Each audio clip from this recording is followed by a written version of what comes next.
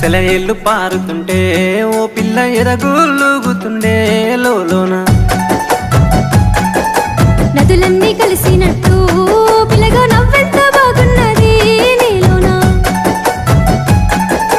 గాజుల సప్పులు గలుగల్లు మోగంగా గజ్జెల పట్టీలు గంతేసి ఆడంగా వరిగడ్డి మోపు ఎత్తి ఓ పిల్ల వయ్యారి నడుము పవే ఈ వేళ సిగ్గు సింగార